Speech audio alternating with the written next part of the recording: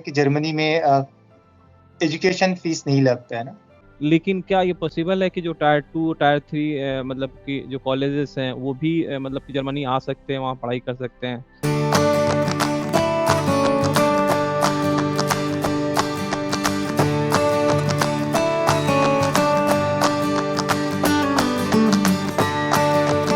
हाँ, अस्सलाम वालेकुम वलीद भाई। वालेकुम ये अस्सलाम। जा रहा हूँ कि वलीद भाई हैं जो जर्मनी में आप पीएचडी कर रहे हैं ना? हाँ, अभी मैं करंटली पीएचडी कर रहा हूँ। पीएचडी कर रहा हूँ। ठीक है वलीद भाई, अपने बारे में आप बताएं। मतलब इंडिया से आपने कैसे अप्लाई किया वहाँ पे, और आपने क्या मास्टर्स किया है, पीएचडी किया है, और इसके बाद से मतलब थोड़ा सा ब्रीफ में अपना इंट्रोडक्शन दें, अपने बारे में बताएं। मेरा नाम वलीद है। मैं इंडिया में इलेक्ट्रॉनिक्स एंड कम्युनिकेशन में बैचलर्स करा था। उसके बाद फिर मैं इंडिया में कुछ साल जॉब की। उसके आफ्टरवर्ड्स 2016 में 2016 में मैं जर्मनी आया मास्टर्स करने के लिए, और टेक्निकल यूनिवर्सिटी ऑफ म्यूनिख से मैंने मास्टर्स करी। मेरा कोर्स का नाम था कम्युनिकेशन इलेक्ट्रॉनिक्स, कम्युनिकेशन इंजीनियरिंग, और स्पेशलाइजेशन था कम्युनिकेशन इलेक्ट्रॉनिक्स। इंडिया में कहाँ से आपने पढ़ाई किया था? इंडिया में मतलब थोड़ा सा कैसे बताएं, किस तरीके से आपने यहाँ पे अप्लाई किया, और क्या मतलब कि पहली चॉइस क्या थी जर्मनी आने का, और कैसे मतलब आना हुआ यहाँ पे? जर्मनी आने का मोस्टली मुझे मास्टर्स करना था बाहर से ना, और अच्छा अच्छा। जर्मनी को चूज करने का रीजन ये था कि जर्मनी में एजुकेशन फीस नहीं लगता है ना। अच्छा, एजुकेशन फीस नहीं लगता, कोई फीस नहीं देने पड़ते हैं आपको? ट्यूशन फीस नहीं के बराबर है। It's about 300 euros per semester. Per 6 months you have to pay only 300 euros, which is not a lot. Whereas अगर आप यूएस समझा। जाते हो तो you will have to pay a lot, just the हाँ, tuition fees. यूएस में तो fees काफ़ी हाई है, मतलब कि मतलब कई मेरे जानने वाले दोस्त हैं, इवन मास्टर्स हम्म, कर रहे हैं तो कह रहे हैं कि 70 लाख या 60, उससे ज़्यादा ही उनको पड़ रहा है। तो इंडिया में बिल्कुल आपने बिल्कुल। इंडिया में कहाँ से पढ़ाई किया आपने वहाँ पे, इंडिया में बैचलर कहाँ इंडिया से में किया? मैं इंडिया में मैं बैचलर्स किया था techno India. It's a private college in Kolkata. अच्छा। तो अच्छा, असल में मेरे जो यूट्यूब चैनल पे हैं बहुत सारे ऐसी क्वेरी आती है कि जो मतलब कि टायर 2 कॉलेज से हैं, टायर 3 कॉलेज से हैं, बहुत फेमस कॉलेज से नहीं है। बहुत सारे लोग मतलब आईआईटी से होते हैं, अच्छे कॉलेज से होते हैं, सेंट्रल यूनिवर्सिटी से होते हैं। लेकिन क्या ये पॉसिबल है कि जो टायर 2 टायर 3 मतलब कि जो कॉलेजेस हैं वो भी मतलब कि जर्मनी आ सकते हैं, वहाँ पढ़ाई कर सकते हैं? अगर उनको आना हो तो मतलब उनको आप क्या मशवरा देंगे, कैसे वो मतलब शुरुआत कैसे करें? सबसे पहले कि अगर बंदा कोई अप्लाई मास्टर्स में अप्लाई करना चाह रहा है, इस तरह से यूनिवर्सिटी को सेलेक्ट करे, और क्या-क्या चीज़ें उसको ध्यान में रखनी पड़ेंगी? इसके स्टार्टिंग में सबसे पहले वो उन कोर्सेस को ढूंढ ले जाकर डार्ट डार्ट के वेबसाइट पे कि कौन से कोर्सेस मास्टर्स में उसके बैचलर से रिलेटेड है। जितना ज्यादा मास्टर्स कोर्स जिसमें वो अप्लाई कर रहा है वो बैचलर्स के कोर्स से उसका रिलेटेड होगा, उसके चांसेस उतना ज्यादा बढ़ जाते हैं एडमिशन मिलने में। अच्छा। Point number 1। Point number 2, important होता है जर्मनी में एप्लीकेशन अप्लाई करने के वक्त दो डॉक्यूमेंट बहुत ज्यादा इंपॉर्टेंट होता है। एक आपका सीवी, दूसरा आपका कवर लेटर। अच्छा, तो कवर लेटर। सीवी में आप बिल्कुल डिटेल में बताएं कि क्या क्या आपने किया है बैचलर्स के वक्त, कौन से प्रोजेक्ट्स पे आपने काम करी है, कौन सा प्रोग्रामिंग स्किल्स आपके पास है। ये सारा बिल्कुल बताएं अपने सीवी में। जितने डिटेल में बता सकते हैं उतना अच्छा है। बिल्कुल जॉब के जैसा सीवी ना बनाए कि 2 पेज में आप सीवी बना दिया। सीवी में आप सारे अपने प्रोजेक्ट्स का डिटेल दो। प्रोग्रामिंग लैंग्वेजेस के बारे में बताओ। अगर आपने external while studying your bachelors अगर आपने कुछ प्रोजेक्ट्स करी बाहर इंडस्ट्री में वो बताओ। ये हो गया। सेकेंडली हो गया कि आप कवर लेटर लिखने के वक्त थोड़ा ध्यान दो। ऐसा ना हो कि बस आप अपनी मोटिवेशन लिख दे कि हाँ आपने बैचलर्स करी अच्छा, है, अब आप मास्टर्स करना चाह रहे हो, अच्छा, और आप एक अच्छा। लिख कर भेज दी। आप बताओ कि वहां पे क्यों करना चाह रहे हो मास्टर्स ना। उस सिर्फ जर्मनी में पहले तो आप उन्हें बताओ कि आप जर्मनी में क्यों करना चाह रहे हो कवर लेटर में अपना। जी, सेकंड जी। पॉइंट एक इंपॉर्टेंट होता है कि बताओ कि वो पर्टिकुलर कोर्स क्यों करना चाह रहे हो आप उससे अच्छा, पर्टिकुलर यूनिवर्सिटी में। कोर्स में क्यों इंटरेस्टेड हो? आपको क्या मोटिवेट कर रहा है? एक काइंड ऑफ लाइक आपने को मतलब कि डीपली आप उससे जोड़ें, रिलेट करें समथिंग, कि आपका बैचलर जो है मास्टर्स क्यों करना चाह रहे हैं? अच्छा, अच्छा, सही है। एग्जैक्टली आप अपना बताएं कि आपने बैचलर्स में XYZ कोर्स करी थी जिससे अच्छा, आपको अच्छा। उसी का एडवांस वर्जन कोर्स आपको मास्टर्स में वो पर्टिकुलर कोर्स में दिख रहा है। आप ये करना चाहते हो, ये यहाँ पर रिलेवेंट होगा, ये फ्यूचर में आप कर सकते हो। तो ये थोड़ा डिटेल में उनको कवर लेटर में एक एक पेज के कवर लेटर में बताओ। ये दो दो डॉक्यूमेंट बहुत इंपॉर्टेंट होता है।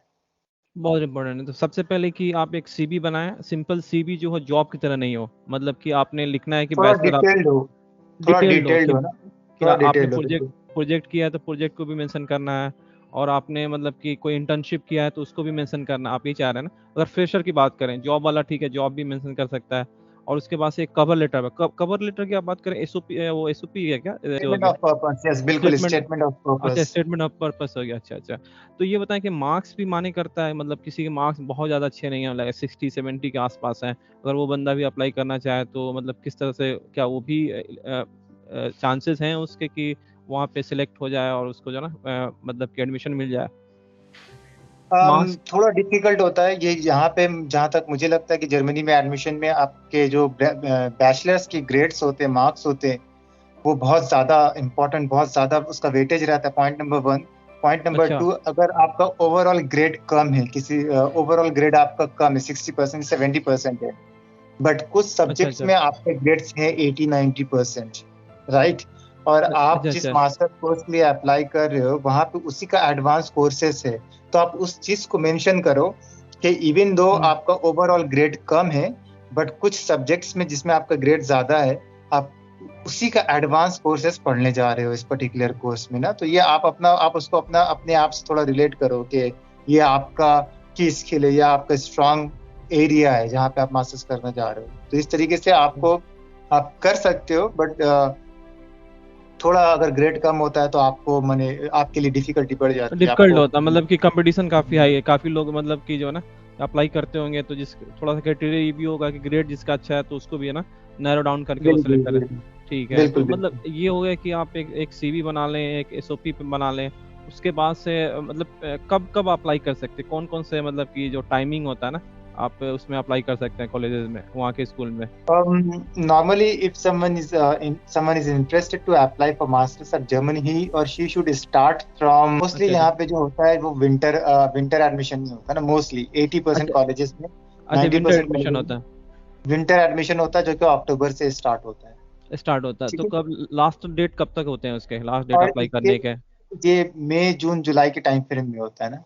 अच्छा, मई जून जुलाई के टाइम फ्रेम में होता है कि लास्ट डेट अप्लाई कर सकते हैं, मतलब हाँ, एडमिशन एडमिशन मगर की लास्ट डेट हो? कुछ यूनिवर्सिटीज का इसके पहले भी होता है, जनवरी फेब में भी, मार्च में लेकर वो खत्म कर देते हैं। अच्छा अच्छा, कुछ यूनिवर्सिटी मेरे तो मतलब। मेरे टाइम में I have seen few universities जिनका डेडलाइन फेब मार्च में था ना, बट अभी जितने भी यूनिवर्सिटीज को मैं देखता हूँ, majority of them have deadline in May June July time frame. Oh, May तो जून, मतलब कि लास्ट लाइक दे, मतलब you must need to be prepared all the documents और आपके सारी चीज़ें जो है ना, कि आप दिसंबर जन तक सारी सारी चीज़ें कर लें, उसके बाद से जो है ना मई जून, मतलब टाइम अच्छा खासा होता है। अगर 5-6 महीने का ड्यूरेशन रखे तैयार करने के लिए, अगर आप इवन आप दिसंबर से भी शुरुआत करते हैं तो जनवरी फरवरी, मतलब कि मार्च तक आप 3 महीने में कंप्लीट कर लें, उसके बाद से अप्लाई करना। तो ये बताएं कि ये अप्लाई करने के फीस भी होता है वहाँ पे, अगर अप्लाई करने तो जर्मनी में? जब मैं आया तो उस वक्त तो आप डायरेक्ट यूनिवर्सिटीज में डायरेक्ट अपने एप्लीकेशन आप सेंड कर सकते थे ना। यूनिवर्सिटीज में अभी, डायरेक्ट? हाँ, अभी उस वक्त यूनिवर्सिटी का अपना प्लेटफॉर्म हुआ करता था, आप जाएं उसमें सारा डॉक्यूमेंट अपलोड करें हम्म और फिर आप वेट करें यूनिवर्सिटी के रिप्लाई के लिए। बट अभी जहां तक मुझे पता चला कि बहुत सारे यूनिवर्सिटीज में हम्म। एक उन लोगों ने एक सिस्टम लाया है, यूनी असिस्ट बोल करना। अच्छा यूनिवर्सिटी असिस्टेंस का शॉर्ट फॉर्म है शायद, यूनी असिस्ट। तो अच्छा ये क्या करता है, ये एक सेंट्रलाइज्ड और सेंट्रलाइज्ड फर्म है या सेंट्रलाइज्ड एक सिस्टम है, अच्छा अच्छा। जहाँ पे आपको अपने सारे डॉक्यूमेंट्स भेजने पड़ते हैं।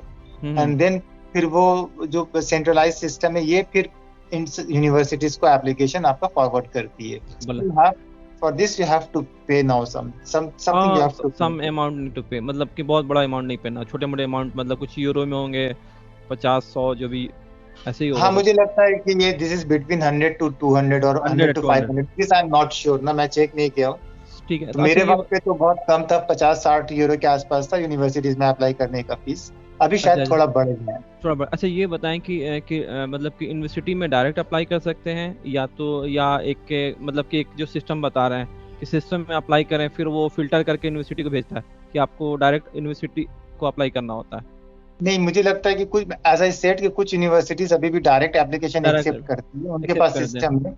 और कुछ यूनिवर्सिटीज अपना इस हडल को फिल्टर थोड़ा कम करने के करने लिए के लिए, सही दे सही सही। Have given this responsibility to this uni assist union से ऑर्गेनाइजेशन। इस, अब वो आपके डॉक्यूमेंट्स वेरीफाई करते हैं, देखते हैं मार्क्स वगैरह फुलफिल किया कि नहीं किया, सारे क्राइटेरिया फुलफिल कर रहे कि नहीं कर रहे। जाकर डाट पे आप जब आप किसी यूनिवर्सिटी की वेबसाइट पे जाकर आप चेक करेंगे कि कौन सा कोर्स है, क्या क्या क्या सब्जेक्ट्स है वहाँ पे, क्या कोर्स का नाम है, क्या कोर्स का डिटेल है, सारे इन्फॉर्मेशन यूनिवर्सिटी के वेबसाइट पे आएगा। जब जब उसी के सब सेक्शन पे लिखा रहेगा होगा कि हाउ टू अप्लाई, उस हाउ टू अप्लाई में जब आप क्लिक करोगे या फिर वहां पे जो अप्लाई करने का जो प्रोसेस होगा, कि जब आप यूनिवर्सिटीज में अप्लाई करेंगे तो आप यूनिवर्सिटीज के कोर्स के सारे डिटेल्स आपको यूनिवर्सिटी की वेबसाइट पे मिल जाएगा कि अच्छा कौन सा कोर्स है, क्या सब्जेक्ट है, क्या क्या कौन से प्रोफेसर है वहां पे, क्या किसका क्रेडिट है।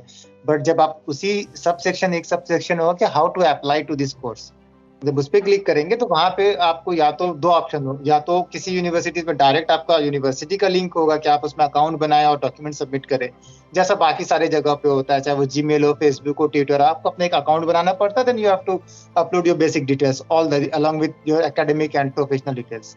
सही। सिमिलरली कुछ यूनिवर्सिटीज में क्या होगा, वहां पे स्टूडेंट को देखने को मिलेगा कि यूनि असिस्ट का लिंक दिया हुआ है कि आपको यूनि असिस्ट में जाकर अकाउंट बनाना है और फिर उस के थ्रू अप्लाई करना है, और फिर यूनि अच्छा असिस्ट अच्छा आपकी एप्लीकेशन को यूनिवर्सिटी को फॉरवर्ड करती है।